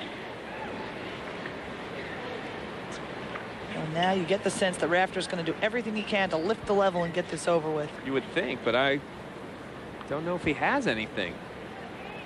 He might just coast along and try to hold serve 3 more times. Well, let me ask you, is this the downside to the Masters Series events? You're talking about a 64 draw in 1 week. So after the first round, you play every day. This summer hardcourt season. I mean, it's a tough aspect of it. Well, is it easier or harder than, say, the U.S. Open, which is brutal conditions, but you can play every 3rd day almost? Well, but it's 3 out of 5 sets at the U.S. Open, so it's pretty even as you take a look at Rafter cleaning things up in the unforced error department, and Blake really falling apart in the 2nd set. Blake had a golden opportunity here because Rafter was not playing his best.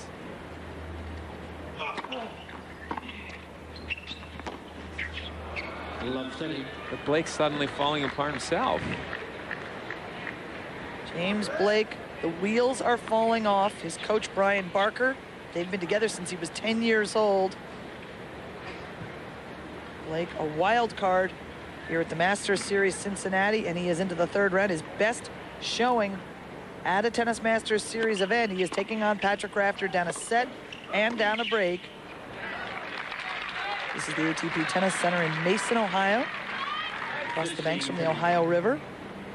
I'm Cindy Schmerler along with Jimmy Arias. And it is a sweltering afternoon.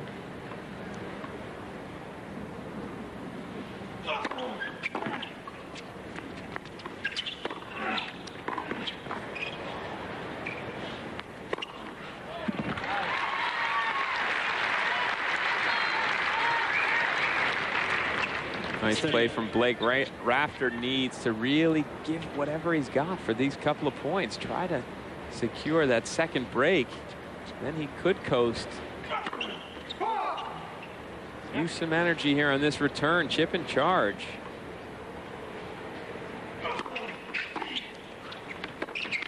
That's what I've been waiting for all day, that type of play. Finally, he hits a nice return and gets in with some authority. Coming up next on ESPN, Guillermo Cañas of Argentina taking on Jan-Michael Gamble. Cañas has already knocked out one former American champion in Michael Chang. Deuce.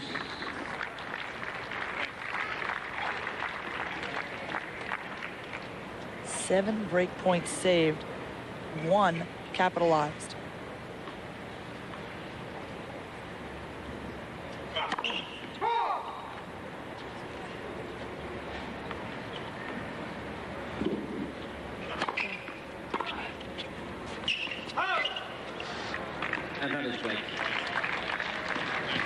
Just a not foot-moving return there. A very lazy little lunge. Rafter had another break point in this game, but he just doesn't have it today physically.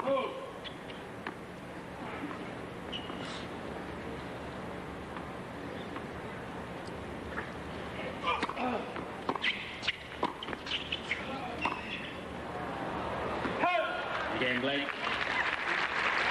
Blake saves yet another break point. Maybe we'll call him Break Blake or not Break Blake. Rafter's up 3-2. With the 17-year-old entering the draft, it brings up the question yet again, how young is too young?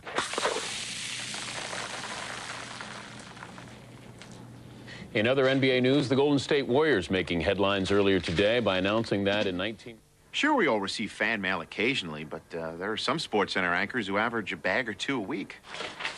Thanks for the letter. Hugs and kisses, Melissa Stark. The rest of us just try to help out when we can. You know, lighten the load. Dear Fred, thanks for the letter. Hugs and kisses, Melissa Stark.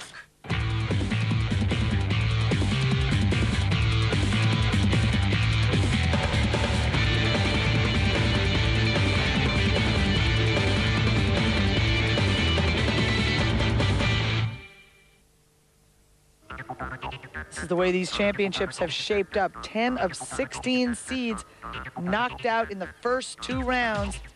Gustavo Kuerten needs to reach the semifinals, and he can finally exclusively be #1 in the world. He will knock Andre Agassi off his pedestal. Defending champion Thomas Enquist out in the first round 2 weeks in a row to the same man, Nicholas Kiefer. And Enquist saying it doesn't matter who he plays right now, he's just now playing well. Kiefer then went on to beat Todd Martin in a match that Martin characterized as stinky. So Kiefer's played two guys that felt like they played stinky to get to the third round.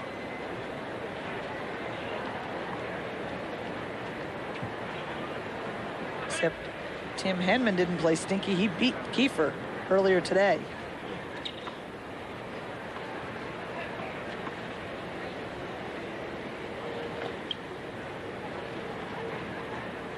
Kiefer took an injury timeout in his match against Martin, 6 minutes worth.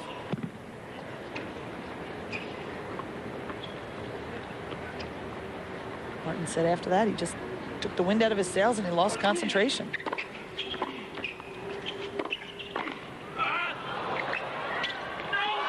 That net has been very kind to Rafter today. And unkind to Blake. Blake's volley at set point hit the top of the net and came back on his side. He's going to have nightmares about that shot, you know. Oh, for sure he will. And should have made this shot as well. He got a little too fancy.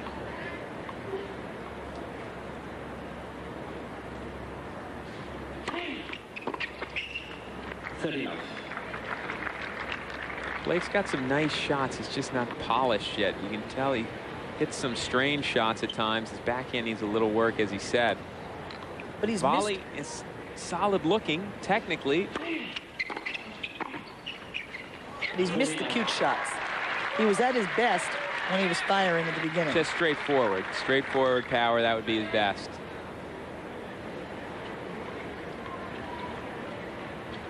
Rafter at his best with that serve and volley. He finally got inside the service line. He really even lumbered to the chair on the change of sides that last changeover. Rafter, he has no energy, but he's still finding a way to hold serve.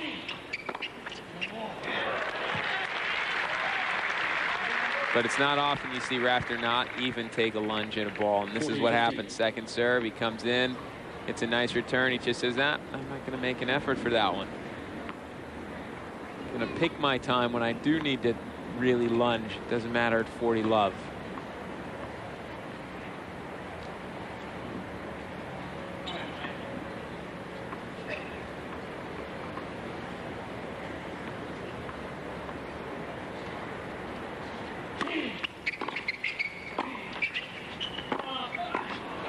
Oh, sweet shot from Blake and Rafter right there.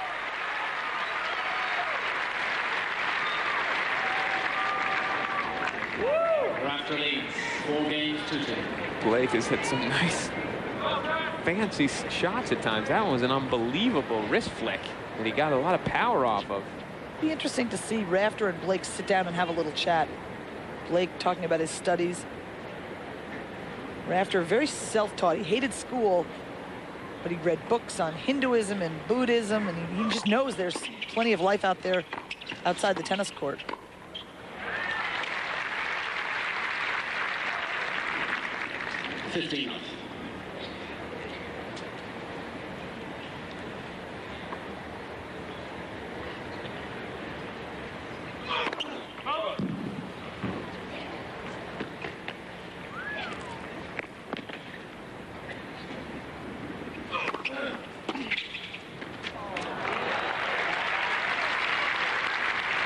Blake needs a little work on that second serve as well. It's attackable. Look at where Rafter returned it from. Blake, if he's going to serve and volley, has to get in quicker than that. Blake Camp is over there discussing just that. Well, that was Brad Stein along with Blake's coach. Brad Stein, who guided the career of Jim Courier for a while. 15-30.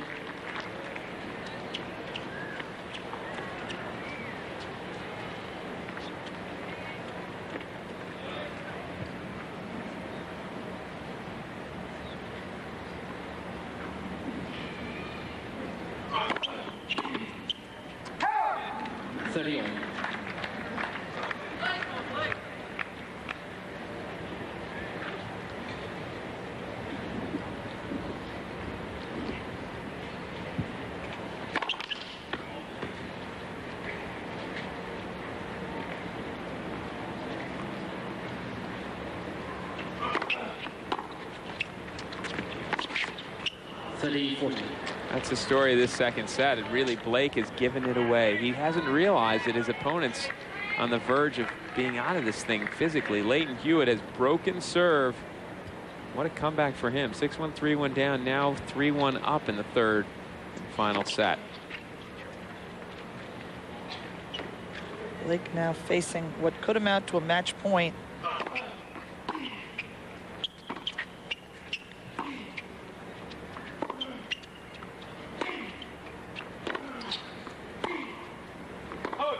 You just don't expect to see Rafter hanging back there.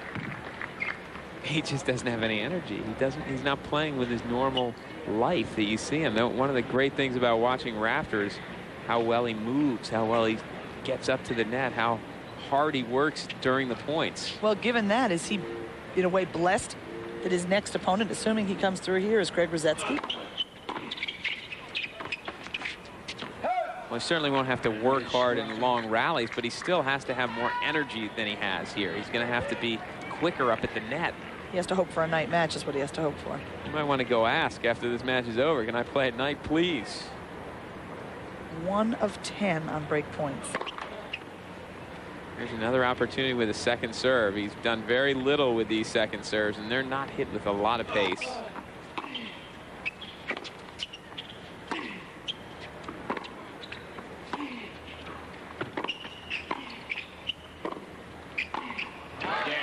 That's what Rafter wanted at a high backhand volley. He's got among the best punches in the game. Right now, he's punch drunk. He's serving for the match.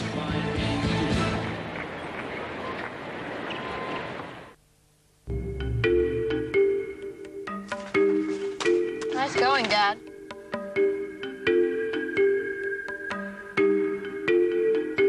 I am so proud of you. You know, I watched you very closely. You didn't screw up once. Dad's actually kind of cute. Shut up. Welcome to America's weirdest home videos. American Beauty, coming soon to Movie One. Coming soon to O, one of television's most acclaimed series, ER. Somebody help her! It's powerful human drama, the biggest hit of the 90s. My mom says my dad's gonna die. Why can't you fix it? Anthony Edwards. You'll have a beautiful little boy. George Clooney. Okay, he's stabilized. Let's go. Emmy award-winning drama Clear. At its very best. ER, coming soon to O. Tomorrow's superstar drivers race today in the Dayton Indy Lights Series. The young drivers of kart hone their skills and race the same courses as the big boys. Dayton Indy Lights, Tuesday on ESPN.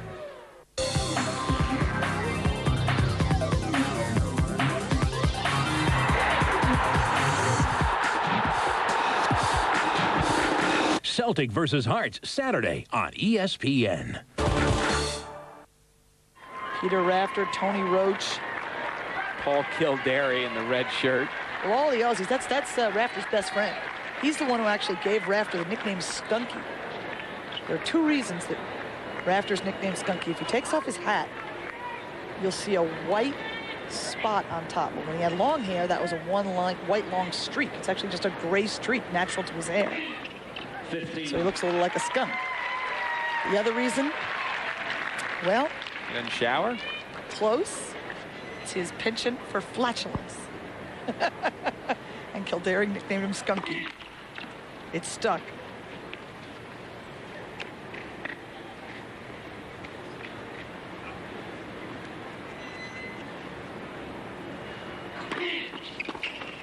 Oh. 39. 2 points from the match.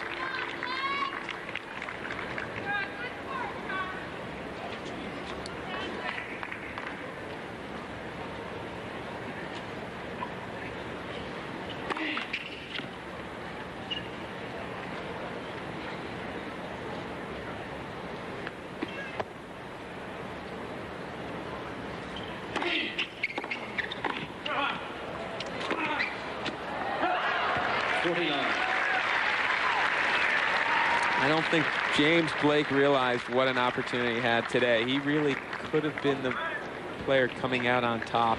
The way Rafter's performed with the energy level he's put into this match, but Blake just didn't realize it yet, and he doesn't have the experience. Again, set match. Here it is, a love hold serve for Pat Rafter.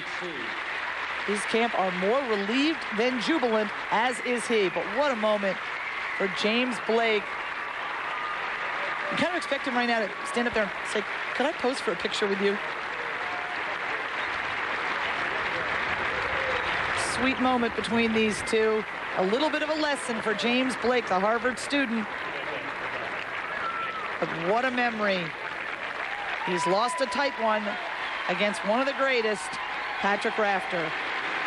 Well, Rafter survived this third-round match, but something not quite right physically with him, and he's going to have to get in the locker room, get some treatment, get in perhaps an IV to get some fluids into his body because he looked drained from the very beginning of the match. And James Blake had such a great opportunity, but I think he was just in awe of the situation. He was happy to be out there.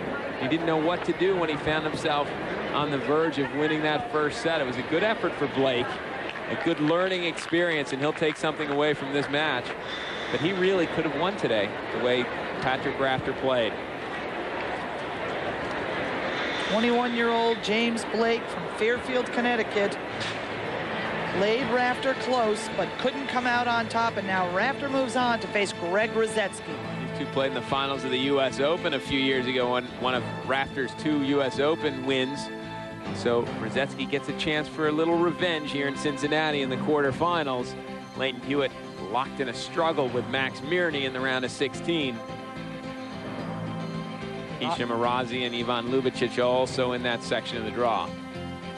Patrick Rafter has moved on to the quarterfinals. He was runner-up at Wimbledon. He was runner-up in Montreal. He's into the quarterfinals in Cincinnati. Can he be runner-up here, or will he finally be the champion? It's been over a year since Rafter's won a title. We are partway into the quarterfinals in Cincinnati. James Blake will not be among them, but it will be a memory-filled day for the 21-year-old former Harvard student.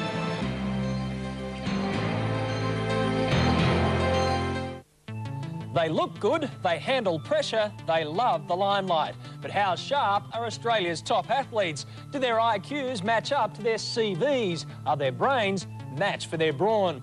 Join us as we delve into these well-known heads as we tempt, tease and tantalise their highly trained intellect. We've got the superstars, we've got the mystery guests, we've got the most intriguing sports show on television. It's right here on ESPN's A Question of Sport. Check your local guides for details. Patrick Rafter struggled in the first set, but he did prevail over James Blake, the wild card from Harvard University. Rafter has moved on into the quarterfinals of the Tennis Masters Series Cincinnati. He was runner-up last week. Rafter says this is his last year on tour, and he wants to make it a good one. He will now match up against Greg Rosetsky. This is the bottom half of the draw. It's a wide open section of the draw for Leighton Hewitt, although he's struggling a bit with Max Mirny. He's starting to take control of that match.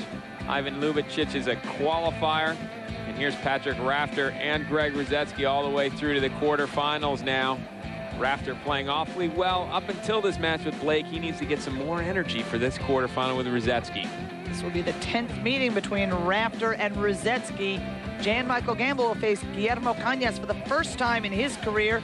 That is a round of 16 match tonight on ESPN. Check your local listings for times in your area. Rafter over James Blake to secure his spot in the quarterfinals. For my partner, Jimmy Arias, I'm Cindy Schmerler saying thanks for being with us, everybody. This has been a presentation of ESPN, the worldwide leader in sports. For more, log on to ESPN.com.